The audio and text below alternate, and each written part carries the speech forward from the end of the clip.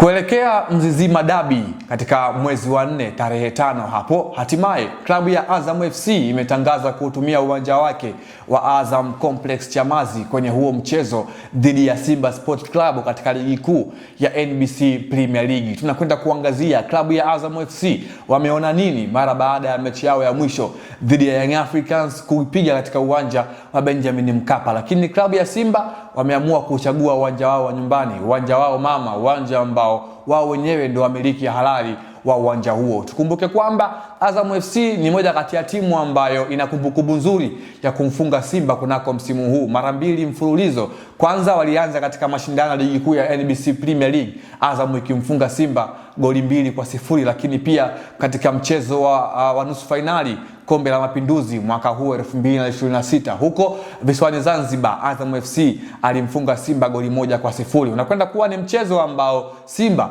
anaingia huku akiwa anajiuliza maswali mengi, kwa maana Azam tayari ndio timu pekee ambayo msimu huu imeweza kumfunga Simba. Lakini bado kwa upande wa Simba pia tunaona jinsi gani ambavyo kwa upande wao gari lao limewaka, kwa maana ni timu ambayo imekuwa ina mwendelezo mzuri kwenye upande wa kucheza, falsafa, rhythm ya timu, morali ya timu, fiziki.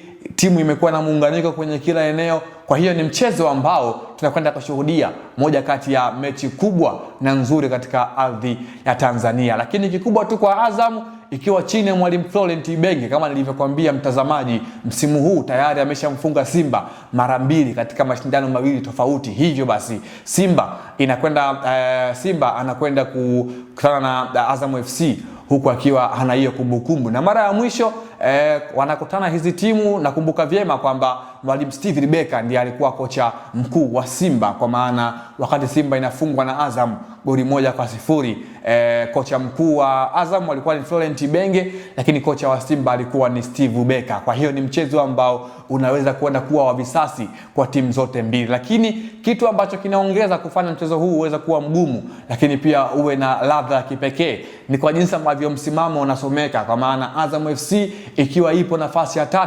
wanahitaji kuweza kuwa na kumpita Simba pale nafasi ambayo walipo, lakini pia Simba wao nafasi yao kubwa ni kuangalia gepu la alama ambalo inabidi walipunguze dhidi ya Young Africans ambaye yeye Simba ana vipolo vya mechi 2. Kwa hiyo ni mchezo ambao kila timu unakwenda kutolea macho kwa lengo la kutaka matokeo, lakini ni mchezo ambao ni mgumu, kwa maana unakwenda kuhusisha wachezaji ambao ni wazuri na ni wana uwezo mkubwa. Kwa upande wa Azam yuko Faisal Salum Abdalla Feitoto, lakini bado wako Jephte Kitambala Bora, Janja Skiu, Kamanga Ngita.